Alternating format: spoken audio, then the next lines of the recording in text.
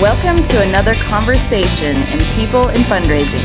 This podcast features interviews with nonprofit professionals who discuss their career journeys, lessons learned, and enthusiasm for working in fundraising. And here is your host, the founder of People in Fundraising, Tim Wilson.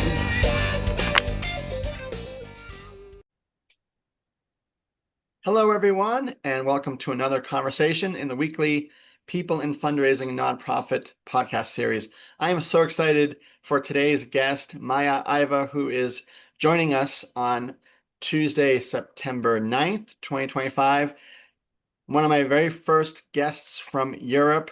So thank you for making time today. It's 8 a.m. here in Utah. It's 4 p.m. in Warsaw.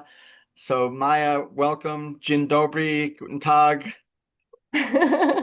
Hi, hallo, guten Tag, dzień dobry, dobry dzień, dobry dzień. I can go on and on. Thank you so much for having me. Super happy to tune in from Europe. Been a fan of the podcast for a long time and definitely not feel worried about representing the whole continent.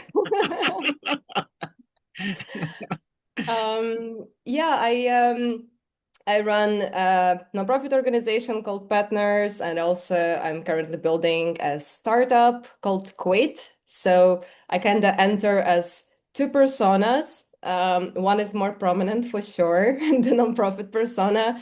So really happy to bring not only the European perspective, but also the dual perspective on things. Totally, yes. Yeah, and that's why I was looking forward greatly to our conversation, given the various nonprofit pursuits you are doing at the moment, as well as just how active you are, Maia, on LinkedIn, sharing content, responding to other posts. I think we talked a little bit before the recording of just the importance of any nonprofit leader having a broader experience, familiarity with different organization sizes, certainly cultures, fundraising in Europe, Poland, Ukraine, how does that look compared to elsewhere?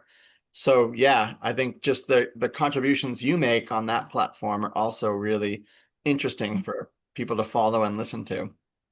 Thank you so much. Likewise, I really I love LinkedIn more than I love any other social media platform. It literally became the app that I scroll while, after work sitting at the lake somewhere. So Yeah. Yes. I think it depends on who is in your feed, right? Like it's Yeah. at the beginning, you kind of have to work on building your feed and finding the voices that you really like hearing from. So it's Yeah. different for everyone, but definitely a platform worth checking out. Yes, absolutely. And that's how we got connected, and that's, ultimately leading to today. So awesome. Yep. So Maia, if you could please take a few moments and just explain or share with our audience how you entered the nonprofit field, what drew you to it, and we'll go from there after that. Yeah, I mean, it's been quite a long journey and definitely not a regular one, I would say, from what I see, how folks enter the nonprofit sector. So basically, I was 5 when I first started donating to nonprofits, to animal shelters specifically. So for some reason, animals were always my go-to cause. Awesome. And I understood from early on that I have a privilege of, I have everything that I need. I don't need this birthday money, so I started donating to animal shelters. And then I went vegetarian when I was 11, to a great happiness of my parents, of course. When I was 15, I actually joined the first animal rights group that was working in Ukraine. We were doing performative actions, we were doing protests, we were doing some educational initiatives regarding fur, regarding circus with animals, for example, which are huge, huge issues in Ukraine at that moment. And actually, the first protest that I joined as a performer, I was acting as an animal who is being slaughtered.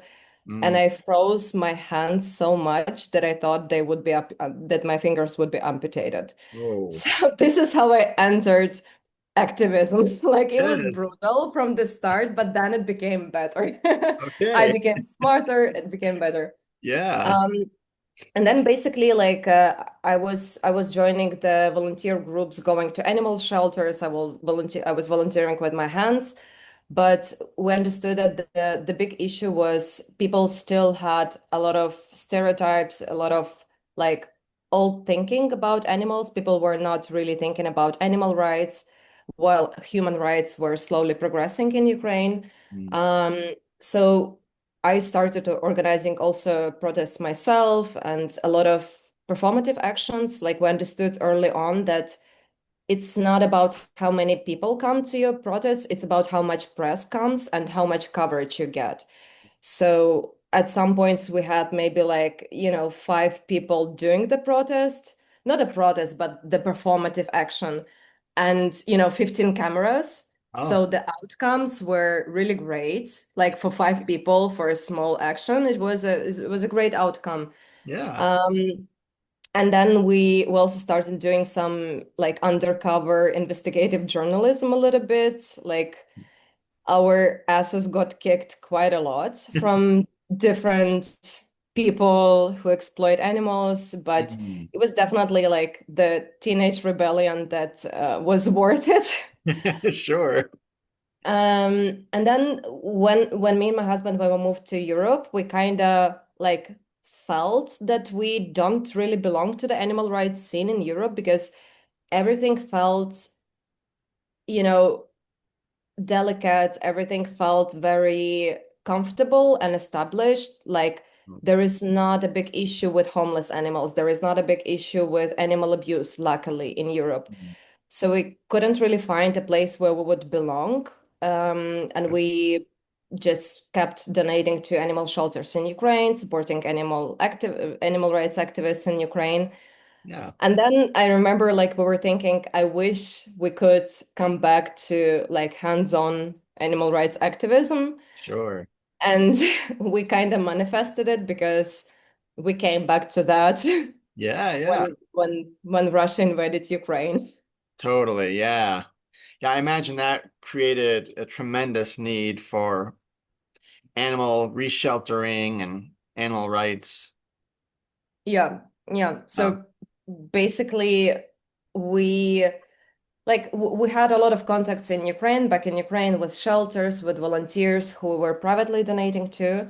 But then when Russia invaded Ukraine, we understood that the issue of animal homelessness is getting huge very, very fast. So like the first few days, uh, people fleeing into safer areas, they did not think if, they will come back. They were hoping they would come back tomorrow when the war right, ends. right. So the need for immediate action was really, really, hard and really pressuring. So basically, it was maybe week 2 of the invasion, since the full scale invasion began, that we understood, okay, we can do something, and we started by evacuating animals from Ukraine and finding homes for them in Berlin, mostly in Germany. Okay. Um, we evacuated over 70 animals within 2 months. So it's not like the evacuation part was not the most difficult one because we had a great partner who had Oh, a big van and a knowledge of, animal transportation. The yeah. big problem was finding families for those animals. Oh, sure. And this is how we kind of started building a community around our cause. So we established a team with a few people, and then we started to like spread awareness. We're looking for homes for these animals urgently, very urgently. Yeah. Those animals are, most of them, traumatized heavily, so they're not easy pets to deal with. But we were incredibly lucky to like the word was spread around, well, across Europe actually, not only in Berlin, Germany. Okay. Uh-huh. And we found homes for 70 animals really, really quickly. So people were telling their friends and spreading awareness.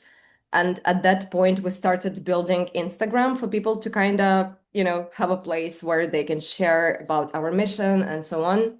Yeah. Um, and yeah, it was intense. It was 24/7 talking to people. It was, a project management tool that was just like burning from all the priority one tasks, because everything is a priority when it comes to saving lives, when it comes to Sure. safety, when it comes to dealing with people.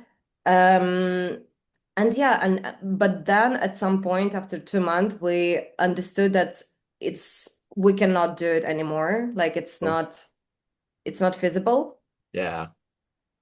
Let me know if you need to Oh, go. he's good. Thank you. Yep. Yeah. Um, yep. I'm just curious how in those 2 months, Maya, were you able to not get completely overwhelmed emotionally, physically, mentally? You said it's 24/7. And given the logistical differences getting pets out of Ukraine, sort of halfway across continental Europe to Berlin, how did that all sort of impact you as a human? I mean, I will also add that simultaneously, I was leading a team that helped evacuate 12,000 people from Ukraine. Oh my, wow. Um, I mean, being, being inside the issue and being someone who has parents there in Ukraine, constantly under shellings, under missiles. I think it was pure anger. Like I didn't Oh, eat much, I yeah, didn't sleep much, and it helped me survive this first few months. sure. Basically, adrenaline, like a Yeah. huge boost of adrenaline, and same for the whole Petners team. It was the same. Like even though like none of the team besides me is Ukrainian. Like we Oh, have team members who are Germans, Taiwanese, Canadians, Italian, French. Like none of them are Ukrainians. None of them should have cared, like mm. generally. That's a Um, human rights issue. yeah, Yeah. for sure. Yeah. And so yeah, I think like it's not sustainable. Like that's why we kind of like it didn't end well with 70 animals looking for homes within 2 months. Like it did not end well for our mental health. We were there for each other. We were there, calling each other at like 2 a.m. to talk about one of the animals or whatever. But I'm super happy that we understood before we burned out, like all of us. Yeah. We did, but we kind of synced in a way that like if one burns out, the other one takes over, and we were lucky it was a good sync that Yeah. we always had someone who is working.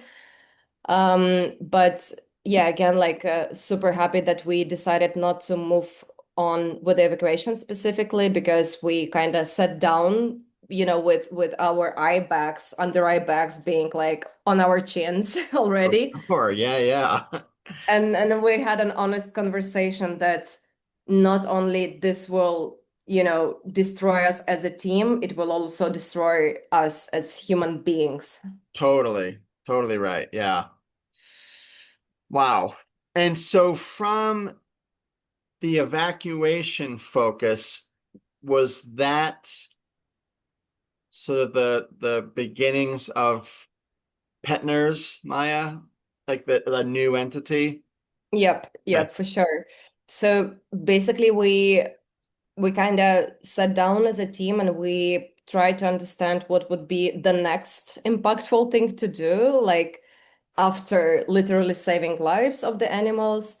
And we understood that because we are so well connected to not only the animal shelters, those who I volunteered with when I was 15 or when I was 20 or whatever, Yeah. but also we got to learn like during those 2 months, we got to learn so many people um, who are helping animals at the front lines mostly. So like in the most intense, dangerous areas. Um, And we started collecting and sending some pet food for them. Oh, So we understood that we cannot save, 100,000 lives with our hands yeah. by, bringing animals to their homes. But what we can do is we can feed those animals, and we can, send medical supplies, for example, to the front lines where there are medics who can help the animals. There Yeah. are, you know, like people who are still staying in their homes, and the front line is always, always, always moving. Yeah. Um, they're still staying at their homes. They don't want to evacuate themselves, and they're staying with their animals and the animals of their neighbors and the basically like stray animals from all around the town. Yeah. Wow. And we understood that this is the way for us to, impact not hundreds of lives, but hundreds of thousands of lives. Sure. So far, it's been 3 years, 3.5 years. We have fed over 100,000 animals, Wow. Wow. and we're adding, like just this year, we're feeding 250,000 animals. Oh my. Whoa. Yeah. So this is something that we could never have done, if we continued doing evacuations and, burning ourselves out. Yes. Um, and there are a lot of cool stories about it. It's like basically we act as as people in between the European donors and Ukrainian organizations, Ukrainian volunteers. So a lot of Ukrainian organizations have a big trouble, either they don't know English, or it's difficult for them to communicate in different languages, Ukrainian plus English. They live during the war, they don't have time per se. Sure. So we kind of started acting as like as this bridge between Europe and Ukraine. We started telling the stories of those shelters, those volunteers. Like, we don't try to kind of have the spotlight for ourselves. I Right. mean, we do have it at some point, at some capacity, but we always try to kind of, whenever we can, if if a donor wants to, if a donor has a possibility to donate to Ukraine directly, we ask them to donate to Ukraine directly, like not to us, but to Ukraine, because this Yeah. is, you know, um, and yeah, and it's been interesting. Like we none of us knew how to build a nonprofit organization. I was working with nonprofit organizations for 8 years before starting Petners. My co-founder and I, we have been running a website design development studio for nonprofit organizations. Awesome. I'm a user experience, user interface designer, so I know a lot about digital fundraising specifically, but not how do you create a nonprofit Sure. organization. Yes. Yeah.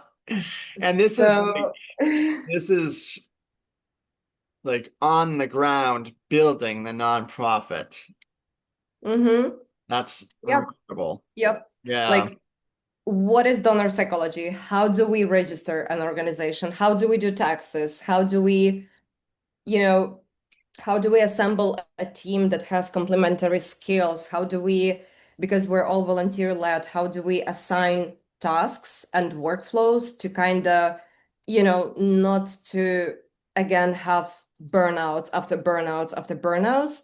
Sure. Um, so basically, but I think that like the lack of experience and the lack of resources, lack of people to kind of talk to when it comes to fundraising, when it comes to building an organization, is actually like looking back is a big bonus for us, Mm. because we did a lot of things that we think nonprofits do, but they actually don't. Oh, right. Like we were always social media first, for example, because Okay. because of this experience of like finding 70 families for animals. We Yeah. understood the power of social media, and we started using it as our main donor acquisition, donor retention vehicle. Like, we don't have a newsletter, for example, Oh, okay. which is highly recommended to have, but like social media acts basically as our newsletter, as our reporting, place for reporting, a place to find and talk to corporate partners, to major donors. It's all happening on social media for us. Yes. Yeah. And the same goes, like we have never applied for a grant, like we just don't have a person who would have this experience, I see. or this expertise rather. So we are 100% private money, Okay. corporate partners, donors, individual donors.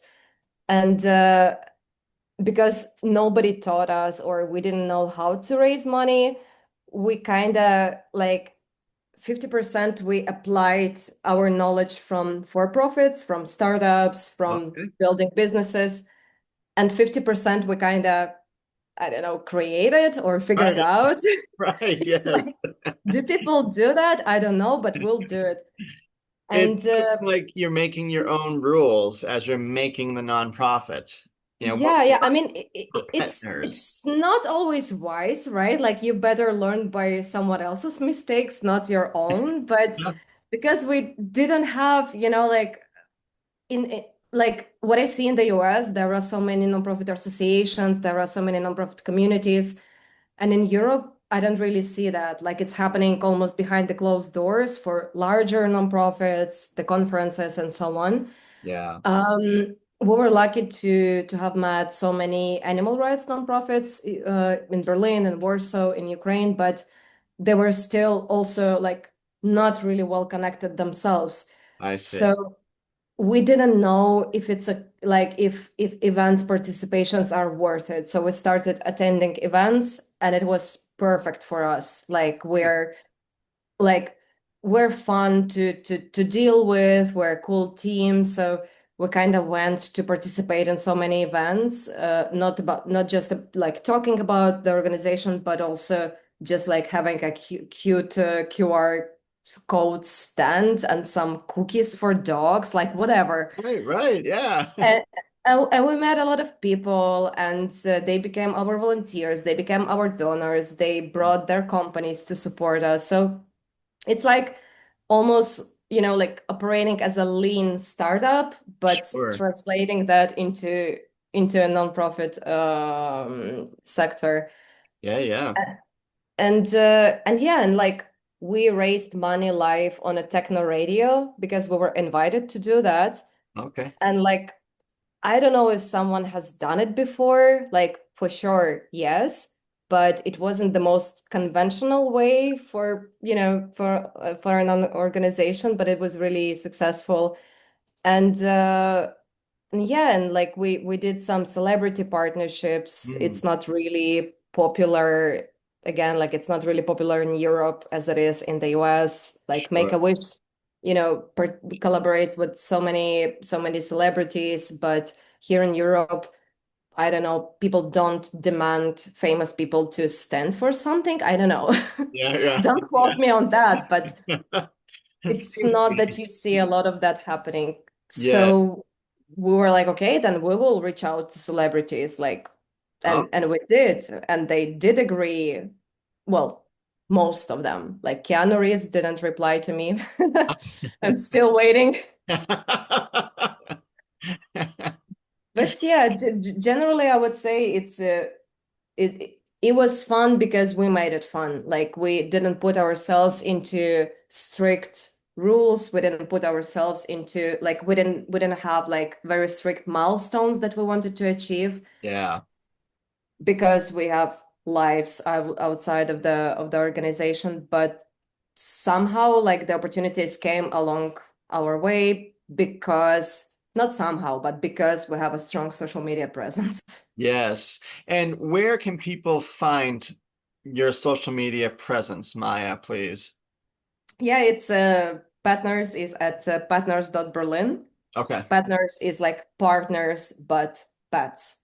Pets, yes. Excellent. And yeah, and me personally on LinkedIn. Great. Awesome. Thank you.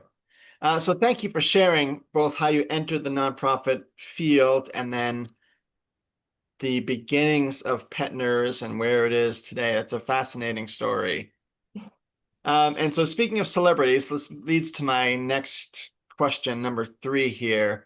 I recently came across this quote from the late singer, fashion designer, actor, writer. I mean, he did everything. David Bowie. And I'd love to hear, I'm a big fan of his, uh, certainly his musical catalog. I think he even did like the Berlin Trilogy in like the late 70s of a bunch of albums, Low and a few others. Um, how this quote that I'll read speaks to your experience as a nonprofit founder and your leadership experience, Maya. Quote, if you feel safe in the area that you're working in, you're not in the right area. Always go a little further into the water than you feel that you're capable of being in, a bit out of your depth. And when you don't feel that your feet are quite touching the bottom, you're just about in the right place to do something exciting. So, a man of through his tremendous output and work, certainly had a lot of privilege in life to say, keep going, everyone. But for you, how does that speak to your experience, please? Yeah, I mean, it's like daily Uh-huh. daily experience, like not feeling, well, not literally, but like not feeling totally safe when it comes to, am I doing this right? Is there a better way to do this? Have I missed out on something that would help me tremendously? Am I missing out on, donor advised funds? Am I missing out on major giving? Am I missing out on donor on matching gifts and so on and so on? Mhm. I think it's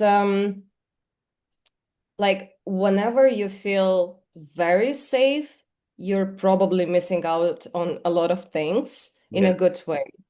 Um, I'm a big fan of like a very delicate approach towards the nonprofit sector because everyone is, overworked, overwhelmed, underpaid. Yes. Um, Yeah. whenever I see someone who is like screaming at, I don't know, at a bunch of organizations at the conference, like you should implement AI yesterday, like you Yeah. should think about donor advised funds. You're missing out. There are billions sitting in donor advised funds. That's true. Right. But also there is many times a good reasons why people, kind of appreciate the safety of things sometimes because it might be one of the rare safe places Right. recently. So, Yeah. like as we see with funding cuts, everything can change drastically very fast. But I think in a good way, this is a quote about like whenever you're literally physically safe, you're literally, not being threatened by anyone. You have a huge space for experimentation. You have a huge That's space to true. kind of get out of your comfort zone and do something that kind of scares you a little bit or makes you Sure. anxious or just something that you have zero experience doing.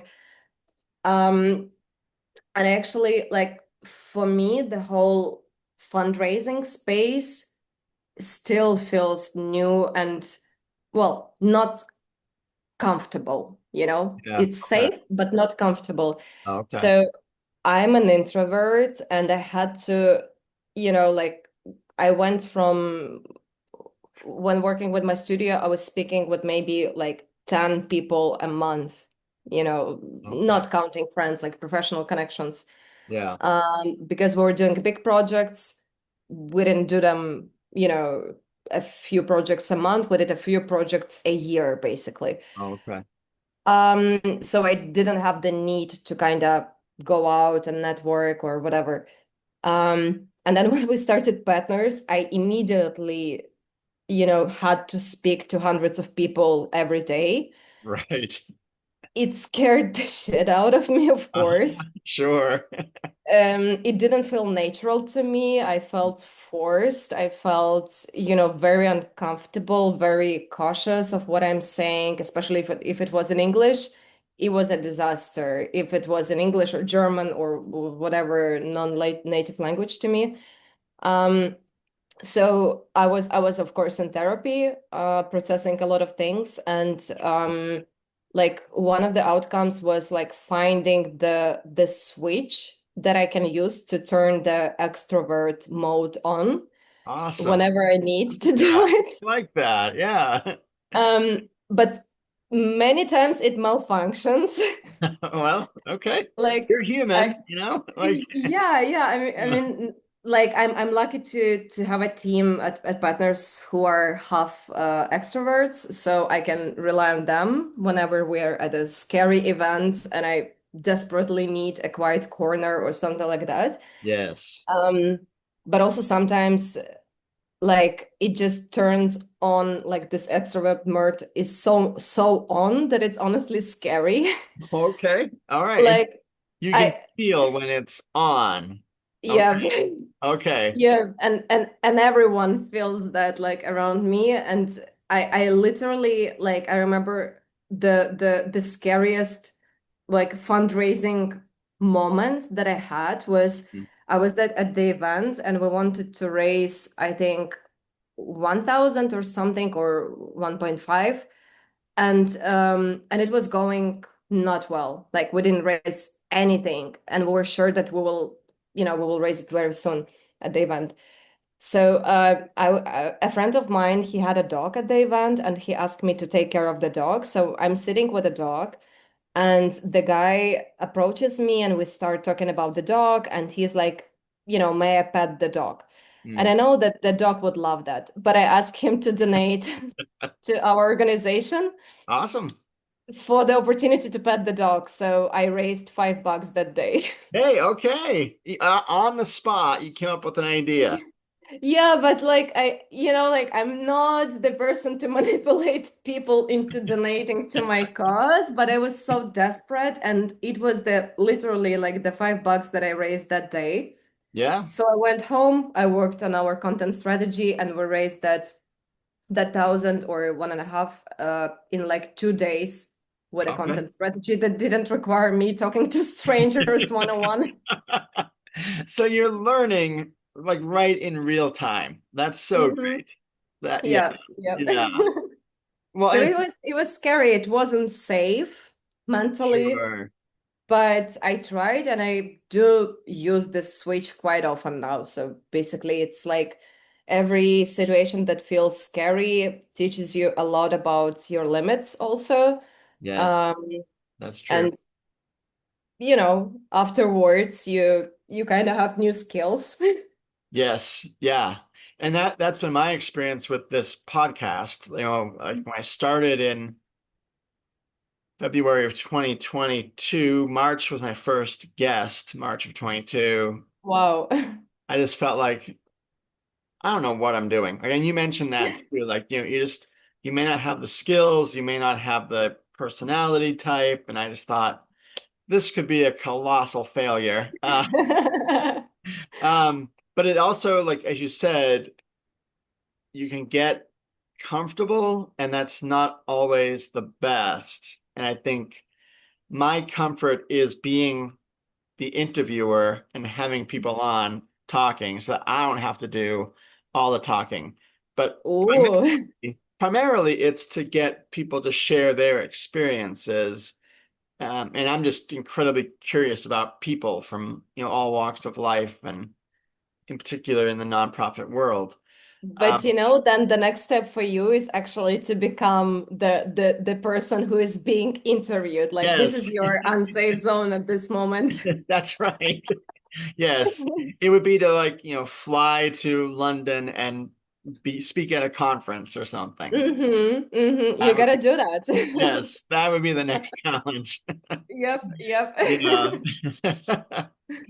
Well, thank you for sharing all those thoughts, Maya. Um, Early in our conversation today, you mentioned Petners and you also mentioned Kweet.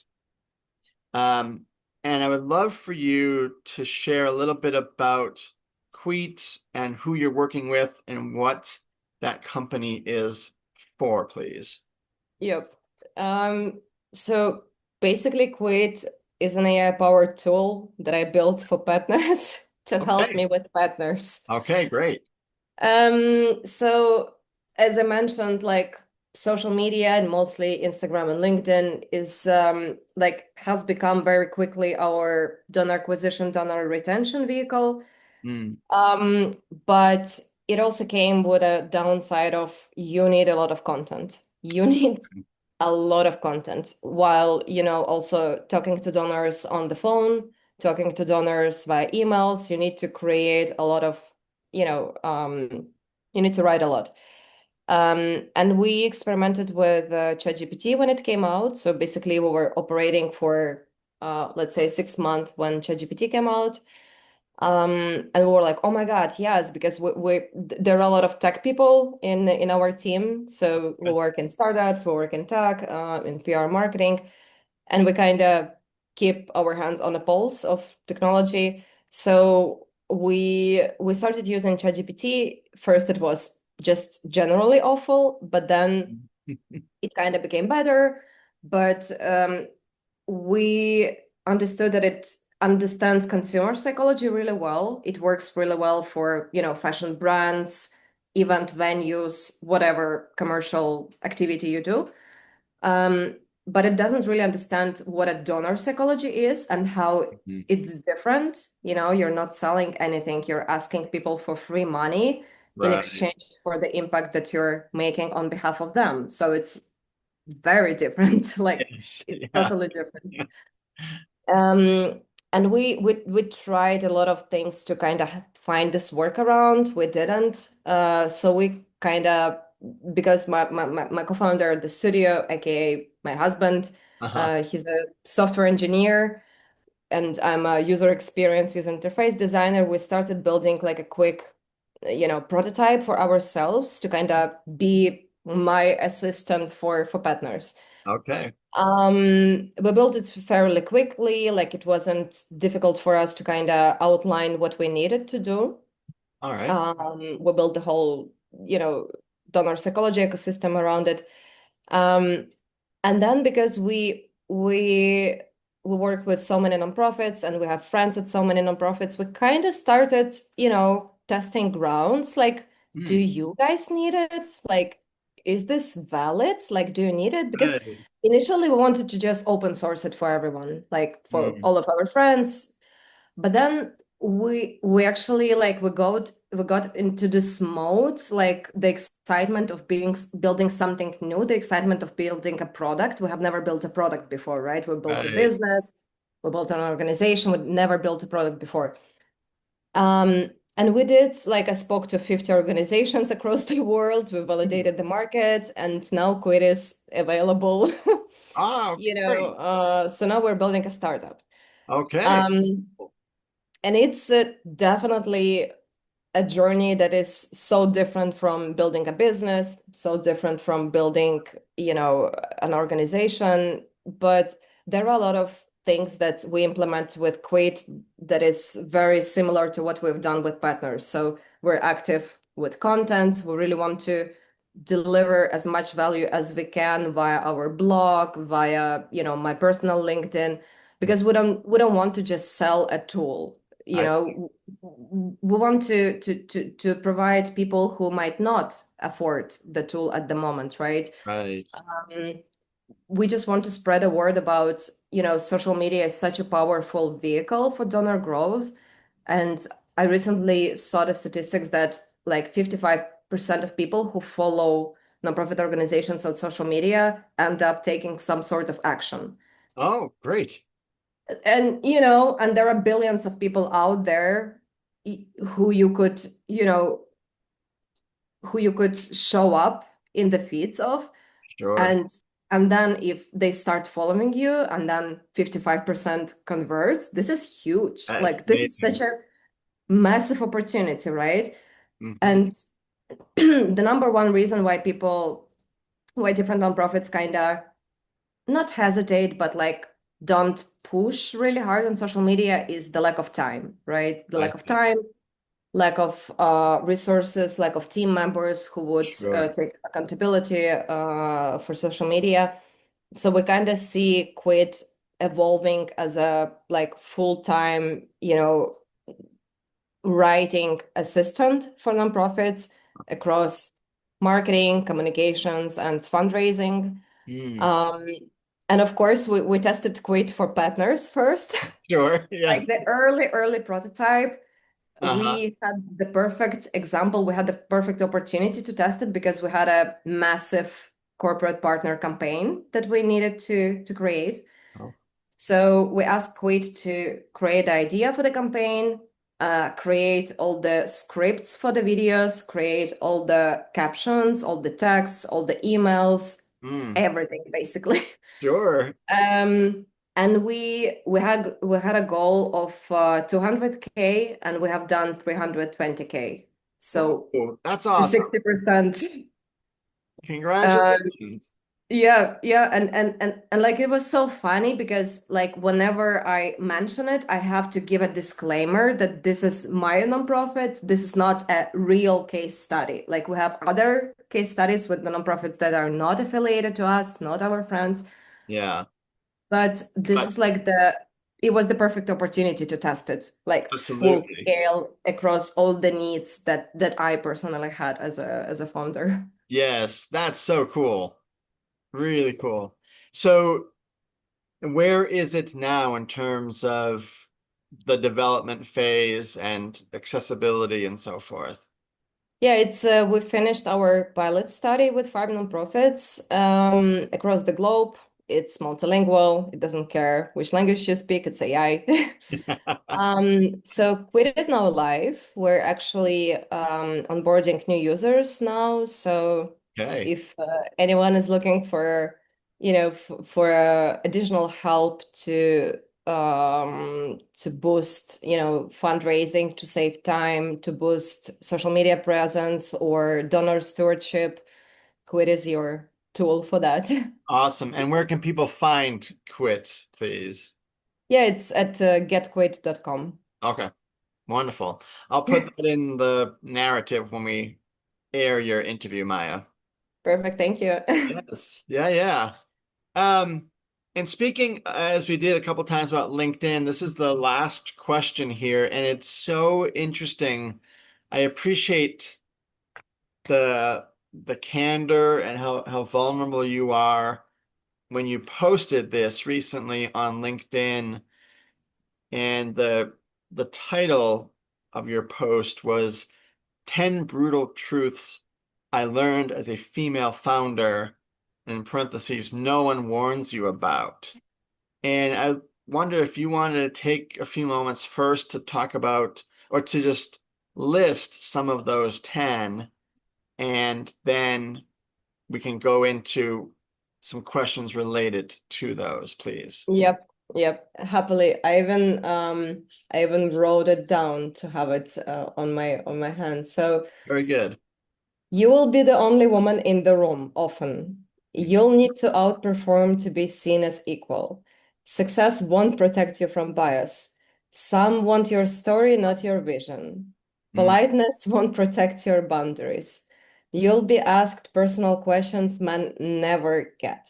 mm, Imposter syndrome never fully leaves. yeah. Playing small doesn't keep you safe. You don't need to be liked or respected. Sorry, you don't need to be liked to be respected, actually. Mm, You do need to be respected in one way or another. yes. The system wasn't built for you, so built anyway.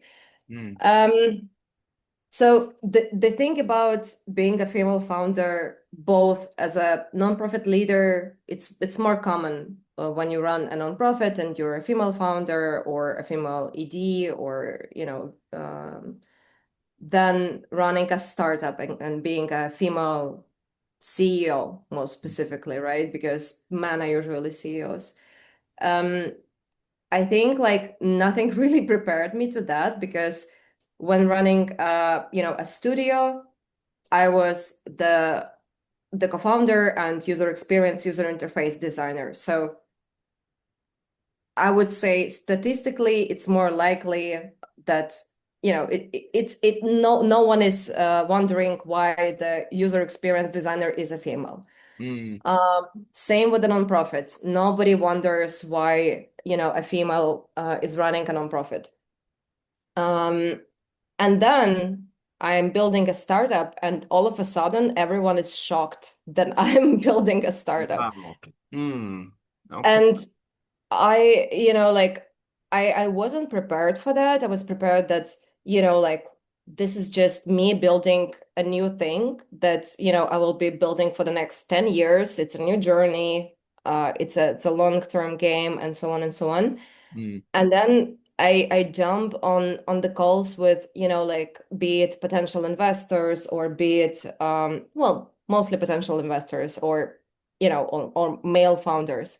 Mm. And they're questioning my technical skills, they're questioning my AI expertise or whatever. And Wow. they're looking at my co-founder, aka my CTO, aka my husband, and they're expecting him to be the talkative one. Oh, They're expecting him to be the loud one, yeah. um, which is not his personality. He's the quiet, analytical type, like Okay. he's not on LinkedIn almost, and so on and so on. Yeah. And so I think this is me making people uncomfortable, Yeah. which is more of a comfortable situation for me. Like I'm, with the activism, with animal rights, Right. I am comfortable making people uncomfortable. Yeah. However, here it's really interesting that like as a woman, you're perceived as like you have to be kind, you have to be empathetic, especially because you also run a nonprofit. Like you're Right. saving lives, you're Yeah. feeding animals. You should be all, sunshine and rainbows and nice and cute and polite. Yeah. But like saving animals or feeding animals is literally like being on a phone with a person who is like, 20 meters from the trenches, from being shot or whatever. Like you're dealing with extreme situations, even if you run a nonprofit that is not dealing with extreme situations, but still like it's an extreme situation to be in human rights, in animal rights, Yes. in refugee rights, whatever.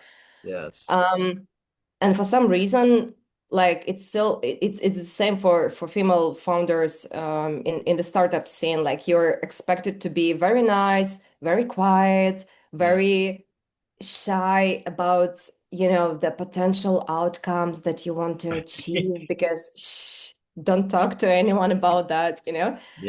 Um, A lot of negative expectations.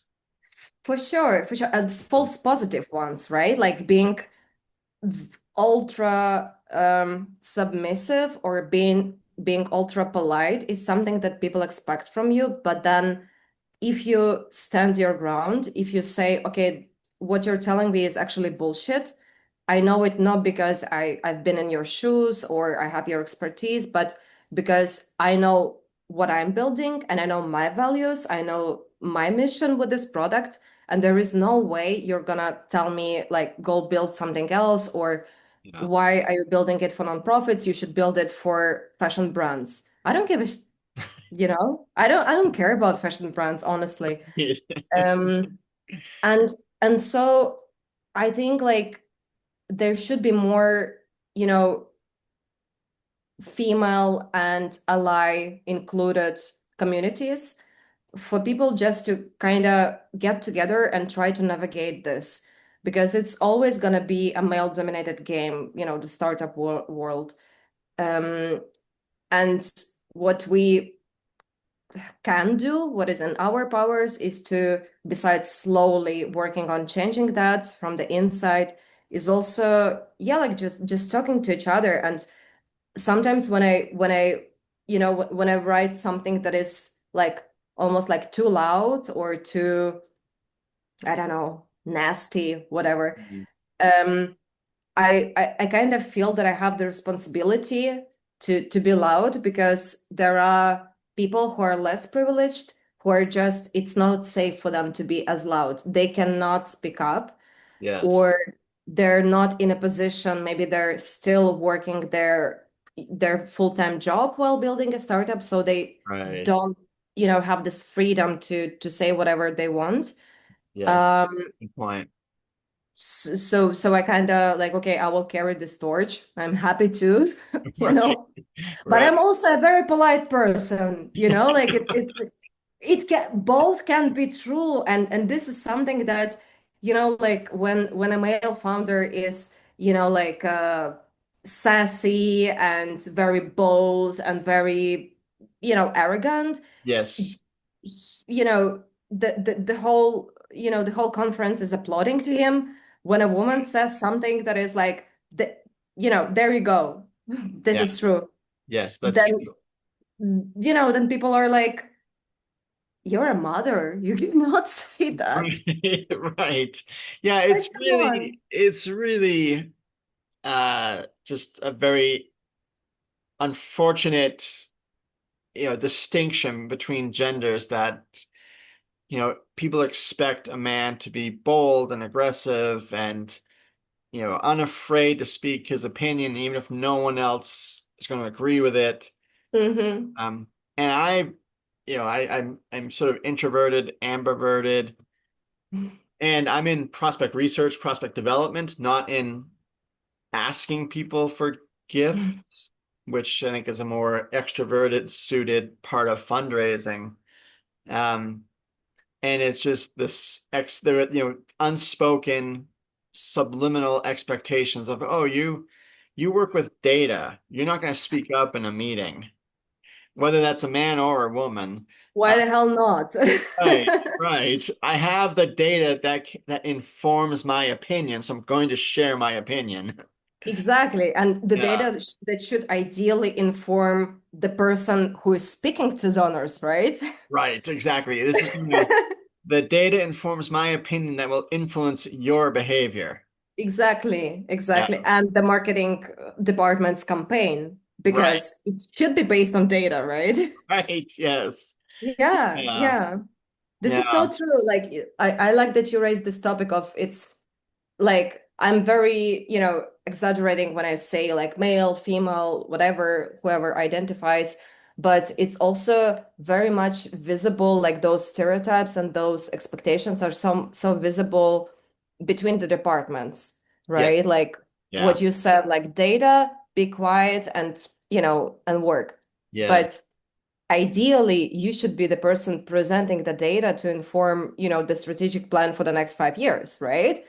Like, yes. and Yeah, like it's not the assumption person, it's not the visionary person.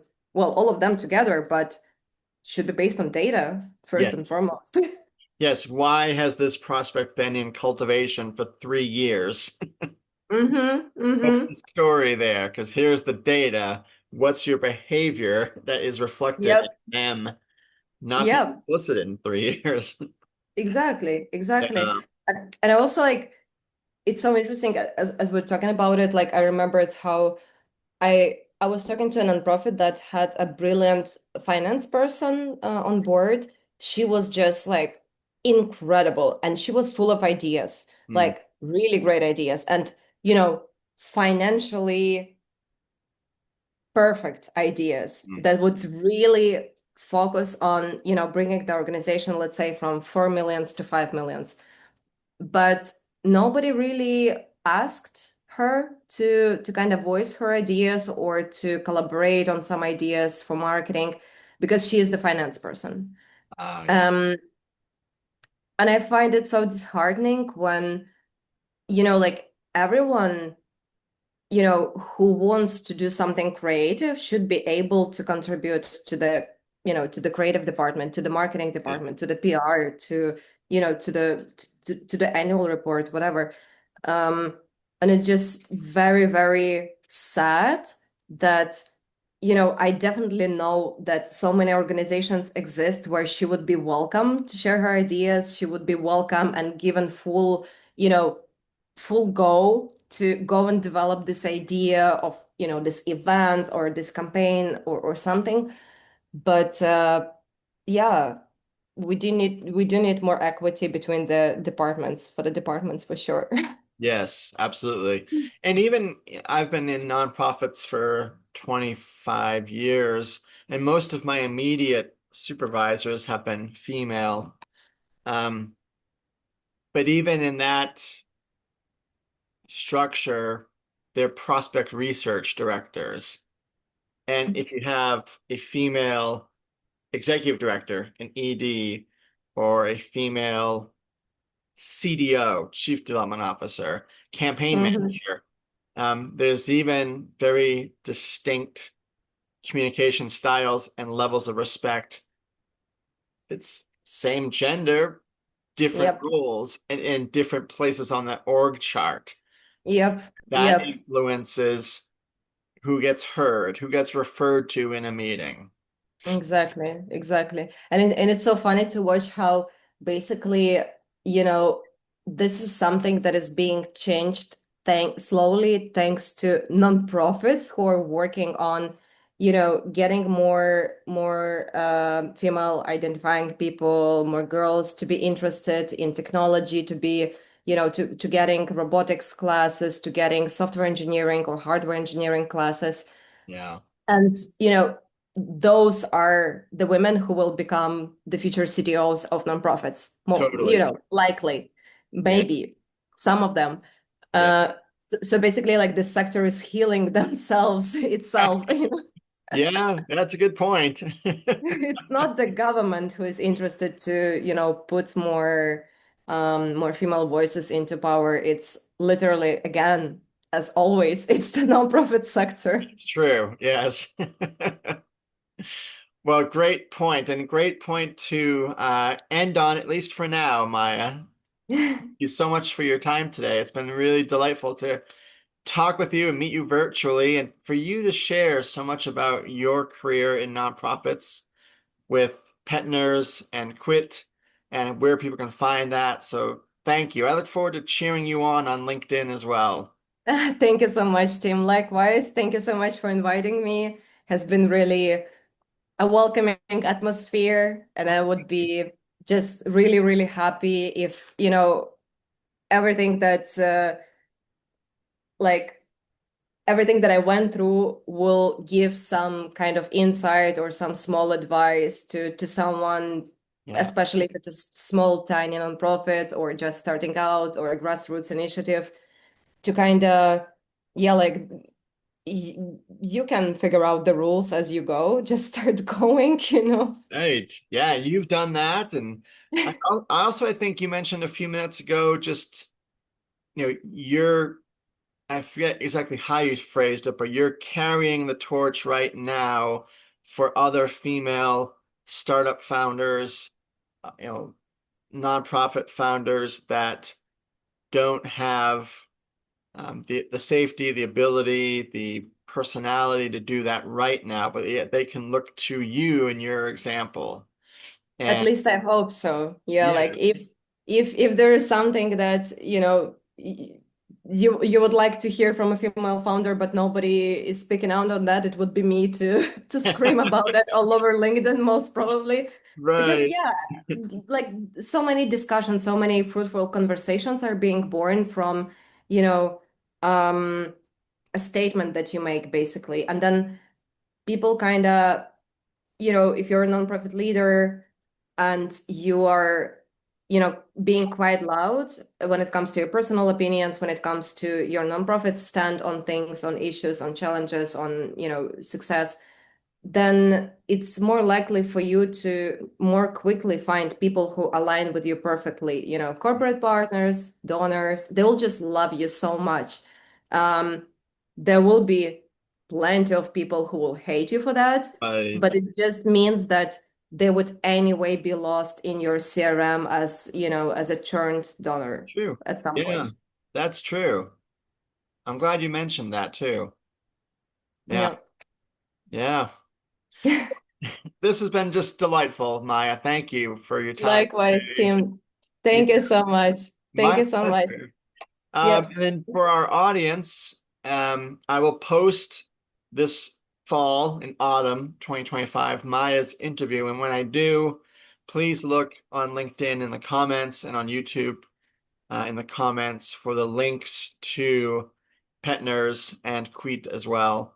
And I'll get offline with you, Maia, about when that interview will air, and you're welcome to reshare it as you want to as well. And Yep. look forward to being in touch with you. Thank you so much, Tim. Likewise. Have a You great day. you have a good night. Bye. Bye.